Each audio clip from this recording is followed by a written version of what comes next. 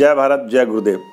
तो हमारा टॉपिक कोविड-19 यानी कि वो प्राकृतिक आपदा, मेडिटेशन यानी कि ध्यान साधना, यानी कि ईश्वर को मानने और मनाने और इबादत करने का तरीका, और इस्लाम धर्म। मुझे लगता है कि जहाँ भी कोई अच्छी चीज़ होती है ना, तो मैं उसकी अप्रिसिएशन किए बिना, और जहाँ पे भी कुछ भी गलत घटित हो रहा है उसके विरुद्ध बोलने बिना नहीं रह सकता। पहले शुरू में मुझे लगता था कि मुझे इस आदत में सुधार करने चाहिए, परंतु जैसे जैसे मैंने अध्यात्म का अध्ययन किया, जैसे जैसे मैंने जानना मेडिटेशन के भीतर उतर रहा, मुझे इस बात का एहसास होना शुरू किया कि ये बात बिल्कुल ठीक है। सच बहुत कड़वा होता है, बहुत ज़्यादा आग भी लगा देता है, परंतु सच कहना हमारे जितने भी अध्यात्म के महापुरुष हुए हैं, यदि मैं गुरु ग्रंथ साहिब की बात करूं, आज के परिप्रेक्ष्य में यदि हम देखें तो हमारा सिख समाज अपने गुरुओं के जो भी उनके प्रिंसिपल हैं, उनके क्या मेरे भी हैं, मैं भी पंजाबी परिवार से हूँ, हिंदुस्तान में हूँ, और इतना आदरणीय वो समाज है, इतने आदरणीय वो गुरु हैं, इतने आदरणीय वो सदगुरु रहे, जिन्होंने कि ठीक बात का समर्थन करते हुए अपने आप को, अपने बच्चों को, अपने पिता को भी शहीद कर दिया। और उसके बाद भी वो समाज आज इतना आगे बढ़कर कोविड-19 में देखें तो जहाँ तक भंडारों के मामले में तो इस कौम का जवाब ही कुछ नहीं है, और हम केवल सल्यूट कर सकते हैं।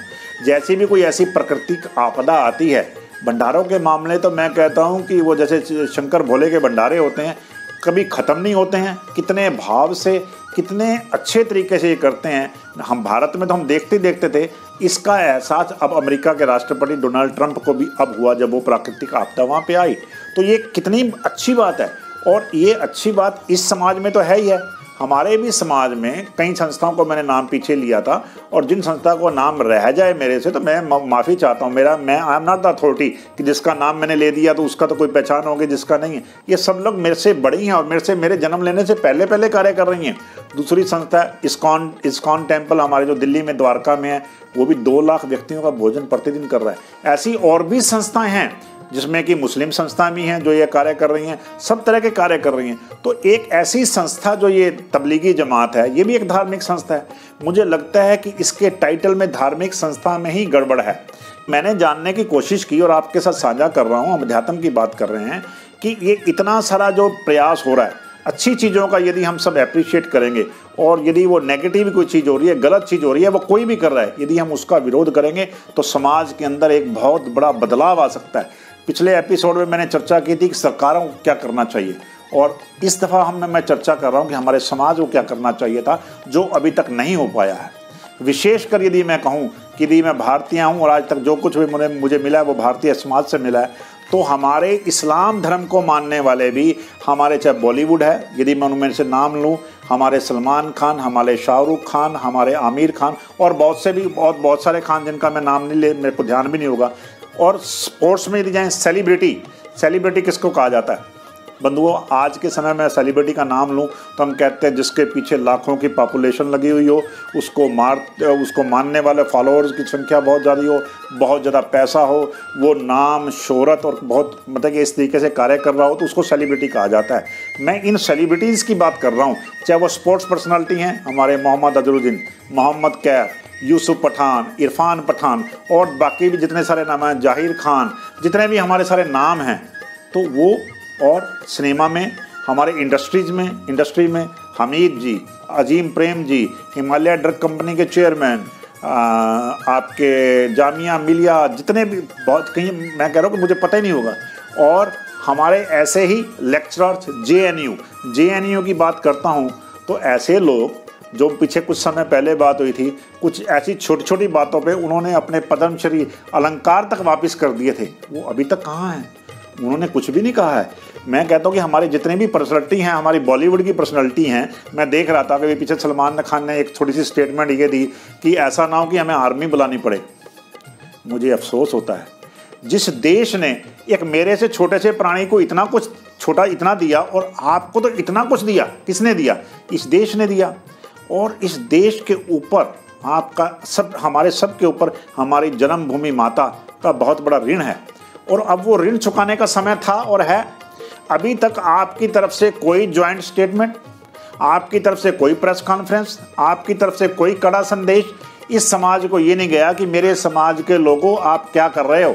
इस्लाम ये नहीं कहता है, इस्लाम ये कहता है, इस्लाम का वास्तविक रुख, क्योंकि आप भी इस्लाम को मानने वाले हैं, आप भी लॉ अबाइडिंग सिटीजन हैं और आपने देश के प्रति और देश ने आपके प्रति बहुत कुछ किया है। तो इस समय में मुझे हैरानगी होती है कि जब हम सब ऐसे चुप हैं, लॉकडाउन हो गए हैं, लॉकडाउन में कि हमारी ज़बान पे ताले लटक गए हैं। बड़े अफसोस की बात है। एक हमारी एक खिलाड़ी है, मुझे उस पर गर्व है, बबीता फोगाट, जो कि हमारी पहलवान है। उन्होंने पीछे ट्वीट किया, ट्वीट करके थोड़ा सा उन्होंने बोला, उनको धमकियाँ मिलनी शुरू हो गई और धमकियाँ मिलने के बाद भी उन्होंने फिर दोबारा ट्वीट किया कि जय भारत जय हिंद, इस देश के लिए, झंडे के नीचे आप सब ने इस झंडे के नीचे, हमें झंडे के नीचे खड़े होने में भी अपनी तौहीन लगती है, हमें राष्ट्रीय गान गाने में भी हमें अपना इंसल्ट महसूस करते हैं। तो ये क्या है, इतनी बड़ी अराजकता क्यों है? कोई यहाँ पे आपको धर्म परिवर्तन के लिए कह रहा है। अरे धर्म परिवर्तन के लिए तो उन मुगलों ने, उन अत्याचारी राजाओं ने, बाबर, औरंगजेब, जिनके अभी भी कनॉट प्लेस तक नेम प्लेट्स लगी हुई हैं, उन्होंने हमारा धर्म परिवर्तन तक कराया, हमारे सदगुरुओं के शरीरों तक को चीर दिया। फिर भी हमारे सदगुरुओं की बहादुरी को सलाम करता हूँ। और विशेषकर गुरु गोविंद राय, जो गुरु गोविंद सिंह की तरह स्थापित हुए, उन्होंने न केवल हमें बचाया बल्कि उन्होंने ऐसे एक धर्म की स्थापना की जो कि अन्याय के विरुद्ध लड़े, और वो लड़ा, और उसमें उन्होंने अपने बच्चों की, अपने पिता की और अपने स्वयं की आहुति दे दी। तो हम आज के समय में कोई आप लोगों से ये कहलवाना था कि ये धर्म परिवर्तन हो रहा है, नहीं, एक ही बात कहनी थी कि जो आप ये कर रहे हैं वो धर्मानुसार नहीं है। आपको धर्म परिवर्तन नहीं करना है, आपको अपना चित्त परिवर्तन करना है, उनके मन परिवर्तन के लिए आपको आगे आना चाहिए था। और मुझे अफसोस है कि अभी तक आप लोग आगे नहीं आए हैं। हम एक गाना गाते हैं, एक गाना गा के उसको रिकॉर्डिंग भेज देते हैं कि लोग क्वारंटाइन में हैं, उनका टाइम अच्छा पास हो। मुझे अफसोस होता है, ये तो सरकारें सबको पता ही चल रहा है और पहले दिन से यही शोर मचाया जा रहा है। आपको तो ये होना चाहिए था कि अपने अपने घरों में जितने भी खान हैं, जितने भी सैफ अली खान हैं, जो भी परिवार हैं, उनको सबको अपने अपने तरीके से एक बहुत बड़ी धार्मिक अपील करनी चाहिए थी, अपनी कुरान से रेफरेंस लेते हुए, क्योंकि मुझे पवित्र कुरान के बारे में कुछ पता नहीं है, परंतु मुझे इतना पता है जितने भी हमारे सूफ़ी हुए हैं, मेरे सदगुरु ने बताया, कामिल मुर्शिद ने बताया, सूफ़ी इज़म अध्यात्म की बैकबोन है। और मुझे इतना पता है, मेरे ख्याल में सबसे पहली महिला सूफ़ी संत हुई हैं राबिया, जिसको राबिया बसरी कहा जाता है, और वो बसरा इराक से, और वो 753 के आसपास, 753 या 54 या 55 में हुई हैं। सूफ़ीज़म का मतलब कि जहाँ पे ईश्वर को मनाने का एक ही तरीका है, इश्क किया जाता है। और वो ये लोग कहते हैं प्रेम इंसानों से होता है और इश्क ईश्वर से होता है। दूसरा वो ये भी कहते हैं जब प्रेम पागल होना शुरू हो जाए, जब प्रेम शब्द जुनून में बदल जाए, तो वो इश्क कहा जाता है। तो ऐसे संत जो कि राबिया से शुरू हुए, उसके बाद उसी परंपरा को आगे बढ़ाते हुए बाबा फरीद जिन्होंने अपना पंजाब में जो वृहद भारत था, बहुत बड़ा जो पुराना भारत था, उसमें पंजाब में आके कार्य किया, जो कि पाकिस्तान का पंजाब भी होता है। और फरीद के मुहावरे, उनकी कविताएं, उनकी लोकोक्तियाँ इतने उच्च स्तर के थी कि हमारे सदगुरुओं ने गुरु ग्रंथ साहिब में कई पेज उनको डेडिकेटेड हैं बाबा फरीद को। और फरीद जी एक और बात भी कहते हैं, फरीद जी एक और मेरे को भी याद आता है कि हमारे बुजुर्ग भी एक बात कहते थे, उठ फरीदा गमन कर दुनिया देखण जा, उठ फरीदा गमन कर दुनिया देखण जा, मत कोई बख्शिया मिल जावे तू भी बख्शिया जा। इसका मतलब क्या है? वो कहते हैं ए फरीद अपने आप को, क्योंकि अध्यात्म में, सूफीज़म में अपने आप को संबोधित किया जाएगा, मैं और मेरा यार, स्वामी जी बताते हैं, वो अपने आप को संबोधित कर रहे हैं। वो कह रहे हैं कि है फरीद नामक व्यक्ति, तू खड़ा हो और दुनिया देखण जा, और बाहर जा, दुनिया को मिलने जा, जगह जगह पे घूमो, मत कोई बख्शिया मिल जाए। आपको कोई एनलाइटेंड सोल और ब्लेस्ड सोल, यानी कोई ऐसी आत्मा मिलेगी जिसको कि अंदर का थोड़ा प्रकाश होगा, जिसको ऊपर सदगुरुओं का प्रकाश होगा, वो तेरे को मिलेगी, और वो तेरे को भी थोड़ा बहुत प्रकाश, तू भी बख्शा जाए, तू भी उस मार्ग पे चल जाएगा। जब तेरे को प्रकाश मिलेगा तो फिर तुम ये ऐसे कार्य नहीं करेगा जो हमारे समाज में कर रहे हैं, तू बहुत कुछ करेगा। और ये वो फरीद है। और उसके बाद मैं आगे बढ़ा तो मैं और हैरान रह गया कि फरीद के ही एक पीढ़ी या दो पीढ़ी के बाद निजामुद्दीन, और निजामुद्दीन नाम लेते ही आज के निजामुद्दीन नाम कोई शब्दावली का अर्थ ही नहीं, निजामुद्दीन लेते ही हज़रत निजामुद्दीन नज़र आ जाता है और ये तबलीगी जमात के बारे में आ जाता है। तबलीगी जमात हज़रत निजामुद्दीन में मरकज़ हुई, यानी कि सीधा सीधा इसका एक कॉमन सेंस का सवाल है कि हज़रत निजामुद्दीन औलिया ये बाबा फरीद के शिष्यों में हैं और सूफ़ी संत हुए। इनका जीवन सूफ़ी संत होने से पहले हो सकता है कुछ भी रहा हो। हमारे स्वामी जी एक और बात कहते हैं, वो सदगुरु कहते हैं, कामिल मुर्शिद को कहते हैं। जिन लोगों को लोग मजाक बनाते हैं, लोग कहते हैं ये सदगुरुओं को ये क्या है, वहाँ पे क्या होता है, मैं बताता हूँ वहाँ पे क्या होता है। आज तक ये कहा गया, सदगुरुओं ने बड़ी विशेष रूप से ये कहा, माना कि खुदा, माना कि सदगुरु भगवान नहीं होता है, माना कि सदगुरु खुदा नहीं होता है, परंतु बंधुओं आज तक एक भी उदाहरण ऐसा नहीं है कि सदगुरु के बिना कोई भगवान पैदा हुआ हो। कैसे बताते हैं, क्योंकि स्वामी जी एक और बात कहते हैं, अध्यात्म जो है वो साइंटिफिक है, अध्यात्म अंधविश्वास का विषय नहीं है, अध्यात्म खोज और तलाश का विषय है। और तथ्यों को देखते हुए क्या कहते हैं, आज तक बताइए, हमारे भगवान कृष्ण, स्वामी जी कहते हैं 14 साल अपने सदगुरु संदीपनी के यहाँ, गोपाल, इससे पहले इनका नाम था गोपाल, और सदगुरु संदीपनी के यहाँ 14 साल वहाँ पे मिटे हैं तो भगवान कृष्ण बन के आए हैं। हमारे भगवान राम, जो कि पहले राम थे, अपने गुरु वशिष्ठ के यहाँ गए हैं, फिर भगवान बन के आए हैं। ऐसे ही हमारे बुद्ध, जितने जिसको भी ले लो, वो पहले थे फिर गए कहाँ गए, दुनिया देखण गए। अभी फरीद जी की बात हो रही थी, उठ फरीदा गमन कर, वो पहले कुछ और थे, फिर वो दुनिया देखने गए और उनको एक बख्शा हुआ मिल गया। बख्शा हुआ कौन मिल गया? पूर्ण सदगुरु मिल गया। और उस सदगुरु ने क्या किया? उनको भगवान बना दिया, जिनके आगे हम मत्थे टेकते हैं। और वो भगवान हमें क्या कह रहे हैं, वो भगवान हमें क्या कहती है, देखिए कितना सुंदर वर्णन आता है उसमें कि बड़े भाग मानुष तन पावा। हम इतने भाग्यशाली हैं कि हमें मानव जीवन मिल गया है, उसके बावजूद भी हम ये ऐसे कार्य क्यों करते हैं और उनका नाम लेके करते हैं। किसका नाम लेके कर रहे हैं? हजरत निजामुद्दीन औलिया, जो कि सूफीज़म के बहुत बड़े संत हुए हैं। और सूफीज़म में यदि हम बात करें, आजकल बात हो रही है इनकी, तो सूफीज़म में बात करें, हजरत निजामुद्दीन औलिया की दरगाह पे ये जो कुछ भी हुआ बहुत ही दुखदायक है, बहुत ही पीड़ादायक है। और इन लोगों को बताने की ज़रूरत है, जिन्होंने ये झंडा उठाया है उनको बताने की ज़रूरत है कि हजरत साहब जब उनको सदगुरु मिला और उसके बाद वो हजरत निजामुद्दीन औलिया बने, और उनकी क्या क्या मान्यताएं थी। जहाँ पे एक चीज़ कहा जाता ही है, हम लोग सजदे, अभी मुद्दा क्या हो रहा है, इन लोगों को ये कहा जा रहा था कि आप अंदर रहें, मस्जिदों में ना जाएं, भीड़ में इकट्ठा ना हो, अपने आप को सरेंडर करें, अपनी जांच करवाएं ताकि ये औरों में ना फैले, परंतु वो मानने को तैयार नहीं है।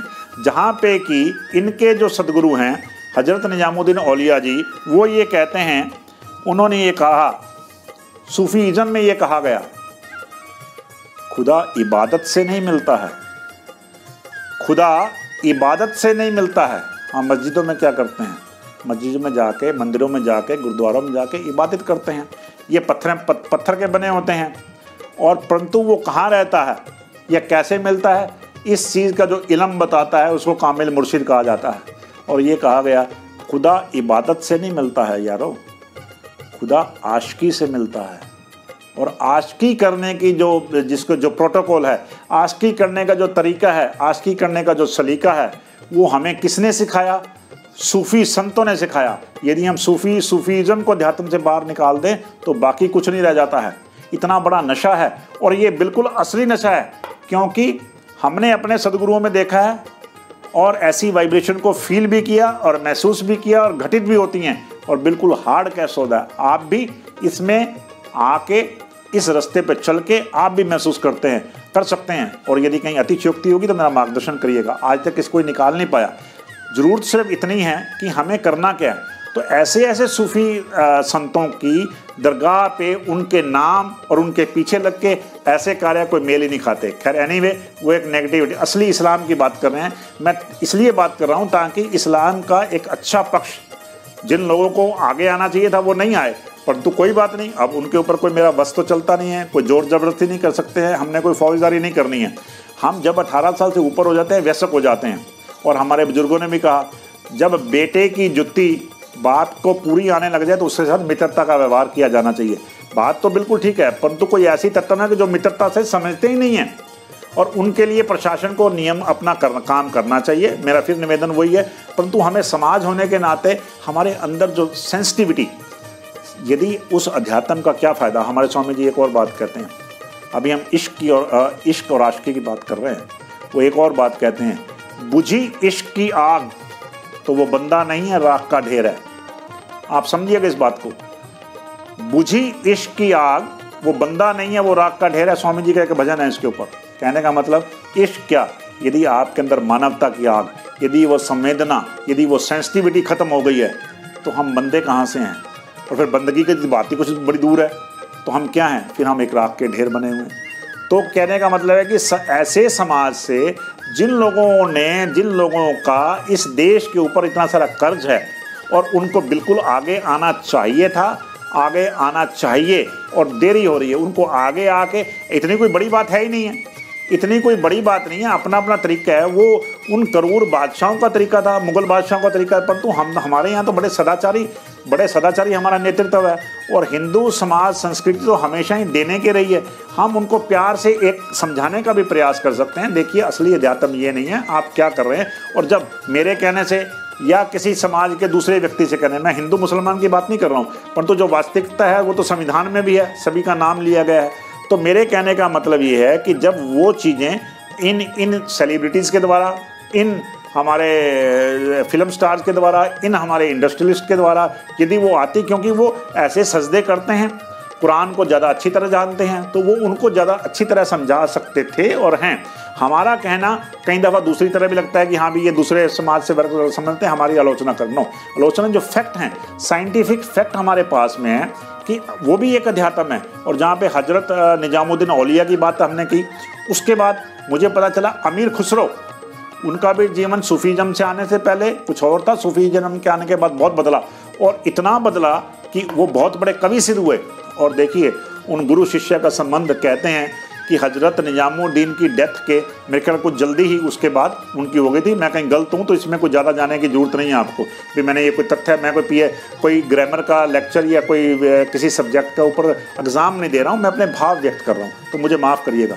तो कहने का मतलब है कि इतना अच्छी वो चीज़ें थी। अध्यात्म का एक और जब नाम लेते हैं तो नाम याद आता है रूमी एक बहुत बड़े सूफ़ी संत और सूफ़ी कवि हुए हैं, जिनके ऊपर ना केवल भारत, पूरे संसार में किताबें, उनकी किताबों के अनुवाद हुए हैं और उनका प्रचलन हुआ है।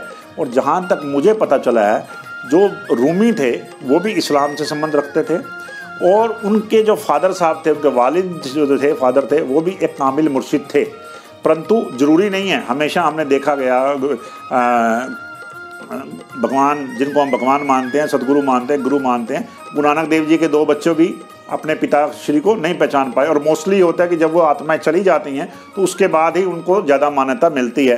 तो कहा यह जाता है कि जो रूमी थे, उनके जो फादर साहब थे और रूमी, वो बहुत उच्च खानदान और अमीर खानदान से संबंध रखते थे और बहुत बड़े शिक्षाविद थे। उनके अपने विश्वविद्यालय थे और रूमी उसके वाइस चांसलर थे, परंतु उनका अपने फादर के साथ में अध्यात्म के क्षेत्र में तालमेल नहीं बन पाया। तो कहा यह जाता है कि अध्यात्म और सूफीज़म में विशेष कहा जाता है, जब भी कोई सूफीज़म में गुरु हुए हैं और उनको जब भी लगा, वो जागे पुरुष हुए हैं। जागे पुरुष का means enlightened soul. Enlightened soul जो होती है वो सारे अपने कार्य अपने स्वांसों के रहते रहते करेगी। अपने उत्तराधिकारी का भी चयन वो खुद उसी समय उनको आभास हो जाता था, वो करते थे। जब कहा जाता है एक और सूफी मुर्शिद हुए हैं, उनका नाम है शमस तबरेज़। शमस तबरेज़ को जब ये लगा कि उनको अब अपना उत्तराधिकारी ढूंढ लेना चाहिए, तो वो उस खोज में निकले हैं। देखिए ये अध्यात्म की प्रकाष्ठा देखिए कि वो उस खोज में निकले हैं कि मैं ऐसे कैसे व्यक्ति को, जो मेरे को सारी बौद्धिक संपदा ये मिली है, जो ईश्वर का आनंद मिला है, इसको किसको सौंप के जाऊँ। जब वो निकलते हैं तो उधर से ही बताते हैं कि एक रास्ते पर रूमी जो हैं अपने घोड़े पर अपने विश्वविद्यालय में जा रहे होते हैं। तो वाइब्रेशन का गेम, जैसे मैं बार बार कहता हूँ कि मेडिटेशन इज द वाइब्रेशन का गेम, ऐसे नहीं कहा जा रहा है। ये बहुत बड़ा सत्य है। E=mc², यानी कि ऊर्जा का ना तो नाश किया जा, ऊर्जा को ना पैदा किया जा सकता है, ना उसका नाश किया जा सकता है। ये साइंटिफिक सत्य है। तो वाइब्रेशन का गेम है। तो वो जब जाते हैं तो उनकी एक जगह मुलाकात होती है और सीधे शम्स तबरेज़ रूमी के घोड़े की लगाम पकड़ लेते हैं और उन दोनों की आंखें चार होती हैं, यानी कि इश्क। और ये कहते हैं सदगुरु जो है वो जाम से नहीं पिलाता है, वो आंखों से पिलाता है। ये अध्यात्म की प्रकाष्ठा की बात कर रहा हूँ। आपको हो सकता है कि अभी ये मजाक लग रहा हो या इसकी उतनी गंभीरता ना लग रही हो, परंतु जब आप इसमें उतरेंगे और चलेंगे तो आप भी यही कहेंगे। क्या कहेंगे? जैसे एक और फिर मेरे को बीच में याद आ गया, बुल्ले शाह। बुल्ले शाह हुए हैं सूफी संत, उनके सदगुरु हुए हैं शाह इनायत। जब शाह इनायत बुल्ले शाह की किसी बात से नाराज़ हो जाते हैं और बुल्ले शाह उनको मनाने के लिए सारा कर्तव्य कर लेते हैं, वो अपने पैरों में घुंघरू बांध, वो पता नहीं क्या क्या करते हैं। और ये इसके ऊपर बड़े बड़े एक सूफी भजन भी बने हुए हैं कि सामने होवे यार तो नचना पैंदा है, सामने होवे यार तो नचना पैंदा है, सिर ते खड़ जाए यार तो नचना पैंदा है, अंदर वड़ जाए यार तो नचना पैंदा है, यार नू मनाना होए तो नचना पैंदा है। और बुल्ले शाह ने अपने सदगुरु को नाच के द्वारा ही मनाया था। और पूरा संगीत, सूफी संगीत उतरा हुआ है, पूरा सूफी संगीत उतरा हुआ है। आप गूगल करके देखिए और उसमें जरा बह के देखिए, आप भी ऐसे ही कह उठेंगे। तो हम बात करते हैं शमस तबरेज़ की। तो शमस तबरेज़ ने जब रूमी की वो घोड़े की लगाम पकड़ी और उनकी आंखें चार हुई, तो दोनों बिना कहे, रूमी ने एक सेकंड भी नहीं कहा। और सूफीज़म में और अध्यात्म की प्रकाष्ठा में ये कहा जाता है, इसमें कभी कल नहीं होता है। और मेडिटेशन में भी स्वामी जी कहते हैं कल नहीं होता है कभी, आज, अभी और इसी वक्त का सौदा है, हार्ड कैश सौदा है। कलयुगी वो कहते हैं जब हम आने वाले कल और बीते हुए कल में होते हैं, तो that is the called the कलयुग। कलयुग, उसको कलयुग कहा जाता है। काला पक्ष, नेगेटिविटी। जो ये नेगेटिविटी फैली, कोविड-19 का आना ना आपके हाथ में था ना मेरे हाथ में है। आपदा ईश्वरी प्राकृतिक आपदा आ गई, क्यों आ गई हम डिस्कशन कर चुके हैं, परंतु इसका काला पक्ष था, वो कलयुग है। तो इसका एक अच्छे पक्ष को जिसको डिस्कशन कर रहे हैं, उसी समाज की बात कर रहे हैं, उसका ये सतयुग है, जो अच्छा पक्ष है, उजला पक्ष है। तो शमस तबरेज और रूमी आपस में मिलते हैं, दोनों की निगाहें चार होती हैं, वो घोड़े की लगाम को पकड़ते हैं, शमस तबरेज, रूमी नीचे उतरते हैं और दोनों चल देते हैं। और 40 दिन एक दूसरे के पास पीते और पिलाते रहते हैं। और उसके बाद शमस तबरेज रूमी को अपना उत्तरदायित्व दे के वो चल पड़ते हैं। तो ये है इस्लाम, असली इस्लाम। और असली इस्लाम जब उतरता है, जब असली सूफीज़म उतरता है, तो ऐसी ही घटनाएं हुई हैं और अब भी हो रही हैं। और हमारा जितना भी अध्यात्म है उसी के ऊपर बेस्ड है। मेरे कहने का मतलब था, या हमारा जो टॉपिक ये था कि कोविड-19, मेडिटेशन और इस्लाम। तो इनको यदि हम आपस में जोड़ के देखें तो बहुत अच्छा कम्बिनेशन बनता है। इन घटनाओं का तो दूर दूर से संबंध नहीं है। इस्लाम ने अल्टीमेटली, सूफीज़म ने, इस्लाम के उस पक्ष ने वो पूरा एक अध्यात्म का, यदि मैं सूर्य कहूँ, प्रकाश दिखाया है और आज तक हमें दिखा रहा है। और इतना गहरा प्रकाश जहाँ पे हों और ऐसे कामिल मुर्शिद, हजरत निज़ामुद्दीन औलिया कामिल मुर्शिद ऐसे हों, और वहाँ पे तो एक और 2-3 बातें कही हैं, वो मैं आपसे शेयर करता हूँ कि हजरत जब ऐसे कामिल मुर्शिद हों, वो शिष्य को कैसे उस मालिक की इबादत करते हैं और कैसे इबादत के लिए प्रेरित करते हैं। हम यही तो बात कर रहे हैं ना। और इसमें मैं एक और बात कहना चाहता हूँ, और अंतिम मेरा पड़ाव है ये इस पूरे डिस्कशन का। तो उस हजरत निज़ामुद्दीन औलिया सूफ़ी संत ने खुद क्या कहा, या सूफीज़म जिसको मान लो प्रसारित किया, उन्होंने पूरा अपना जीवन उसके ऊपर निर्धारित किया, उसने क्या कहा और क्या करना चाहिए।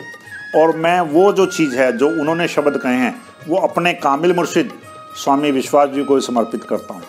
और कल को आने वाला या अब और खोज करने वाला जितने भी शिष्य हैं, जितने भी शिष्य हुए हैं या होंगे, वो अपने कामिल मुर्शिद के बारे में यही कहेंगे। कामिल मुर्शिद यानी कि पूर्ण सतगुरु, जिन्होंने पूर्ण सतगुरु वही है जो आपको वाइब्रेट करा दे, आपको ग्रंथों, पोथियों के उसमें हाथ में माला नहीं पकड़ा दे, आपको पत्थरों के ऊपर सजदे करने के लिए ना कहे। मेरा उद्देश्य कहने का है, कामिल मुर्शिद जो होता है उसका हमारे अध्यात्म में बड़ा महत्व है और अंत तक रहेगा। और जो, क्योंकि देखिए, कभी भी हम मान लो नॉर्मल पढ़ाई करते हैं, नॉर्मल बुक्स पढ़ते हैं, हम नेट से भी स्टडी कर सकते हैं, हम कहीं से भी ले सकते हैं। हमारे जो टीचर होते हैं, क्लासेज होते हैं, और जो परफेक्ट मास्टर होते हैं, वो सब्जेक्ट वो कैसे आपको समझाते हैं। अदरवाइज आपको कितना टाइम लगेगा, कितनी एनर्जी आएगी, टाइम लगेगा नहीं लगेगा, आप में एनर्जी होगी या नहीं होगी, आप समझ पाएंगे कि नहीं पाएंगे, अलग विषय है। जब आपके सामने ऐसे लिविंग लीजेंड हों, ऐसी वो आत्माएं हों, मैं उन सब सद्गुरुओं को नमन करता हूँ जिनके सिलेबस बिल्कुल ठीक हैं, भारतीय अध्यात्म और संस्कृति के बीच में केवल एक विश्वास मेडिटेशन की ही बात नहीं करता हूँ बंधुओं। यहाँ तो मेरे को नशा मिला है ना, कोई इशू वाली बात नहीं। और 135 करोड़ का देश है ये, बहुत कुछ है। हमारे स्वामी जी और एक और बात कहते हैं, मुझे उन पर इसलिए नाज होता है और मैं बार बार उनको सल्यूट ही करता हूँ और एंड तक सल्यूट ही करता रहूँगा। और मेरे पास है भी नहीं उनको कुछ, मैं इस लायक मतलब कुछ और है ही नहीं, कुछ मैं दे ही नहीं सकता हूँ, सल्यूट ही कर सकता हूँ। वो एक और बात कहते होते हैं, अध्यात्म की बात करते हैं। वो कहते हैं भारत एक ऐसा देश है, सुनिएगा इसको ध्यान से। वो कहते हैं भारत एक ऐसा देश है जहाँ पे केवल दरवेश मिलते हैं। दरवेश किसको कहा गया? दार्शनिक नहीं, फिलोसफर नहीं, दरवेश की बात की है, परफेक्ट मास्टर की बात की है। दार्शनिक और फिलोसफर्स को माफ़ करना मुझे, एक और मैं बात आप सबसे, सब अपने विज्ञानियों, यानी कि मैंने क्या ज्ञानियों, विज्ञानियों और ब्रह्म ज्ञानियों से फिर माफ़ी मांगता हूँ, दार्शनिक की बात करता हूँ। वो कहते हैं कि मन बुद्धि की खुजली, अध्यात्म में मन बुद्धि की खुजली से बात नहीं बनती है। ज़िंदगी क्या है, किताबों को हटा कर देखो, वो हमेशा इसकी बात करते हैं। और कामिल मुर्शिद ही किताबों को हटा कर देख सकता है। और जितने जितने उस जगह पे पहुँचे हैं उनकी एक ही पहचान है, जब वो बिना किताबों के आपको सामने होवे यार तो नचना पैंदा ही, अंदर वड़ जाए यार नचना पैंदा ही, सिर ते खड़ जो यार तो नचना पैंदा ही। जब आपके अंदर ये चीज़ें उतरने शुरू हो जाएं तो समझिए कि आप किसी कामिल मुर्शिद के शिष्य हैं। और दूसरी बात, ये मस्ती, एक और आपने हमारे स्टेटस पे देखा होगा, मेडिटेशन और मस्ती। एक और बात है, यही सूफी संतों ने बताया। कब बताया? जब मीराबाई, जो कि भगवान कृष्ण की बहुत बड़ी दीवानी थी और वो गली गली में गाती फिरती थी। आपने भी कहीं भजन, कहीं बॉलीवुड के संगीत कहीं सुने होंगे, पग घुंघरू बांध मीरा नाची थी, मीरा गली गली गाया। अनूप जलोटा जी का भी एक भजन आता है। और वो जब एक राजघराने की एक हम बेटी और गुरु रविदास, जो कि जुत्ती गांठने का, मोची का कार्य करते थे, उनके ऊपर जाते थे और उनकी माँ को पता लगता कि मेरी बेटी इतने उच्च घराने की होने के बाद वहाँ नीचे जा रही है, क्योंकि उनको आध्यात्मिक चेतना इतनी नहीं थी। और उन्होंने मीरा को कहा, तो मीरा को मीरा की माँ क्या कहती है? मीरा को मीरा की माँ क्या संदेश देती है? वो एक सूफी भजन के माध्यम से संदेश देती है। क्या संदेश देना चाहती है?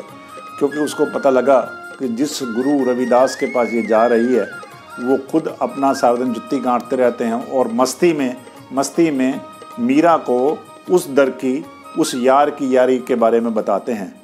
तो कहते हैं कि उन्होंने मीरा को ये कहा, ना जाई मस्तां दे वेड़े, यानी कि पंजाबी ठेठ पंजाबी है, मस्तां दे वेड़े यानी कि मस्तों के मोहल्ले, यानी कि मस्तों की कॉलोनी, यानी कि मस्तों के ऑफिस या मस्तों के घर। ना जाई मस्तां दे वेड़े, मस्त बना देंगे तेनू। ना जाई मस्तां दे वेड़े, मस्त बना देंगे तेनू बीबा, यानी कि तेरे को भी ये ऐसा ही कर देंगे और फिर हम कहाँ के रहेंगे। उनके कहने का मतलब ये था। तो ये पूरा जो हमने प्रसंग आज व्यक्त किया है, इसका समापन मैं कुछ वैसे ही इस्लामिक शब्दों से ही करना चाहूँगा। वो शब्द अरबी के हैं, फारसी के हैं, मुझे ज़्यादा पता नहीं है, जैसे मैंने पहले ही कहा। और उसमें क्योंकि ये कृपा किसकी है, जो भी आपको अच्छा लगा है, जो भी आपको अच्छा लगा है वो सब मैं अपने सदगुरु को समर्पित करूंगा।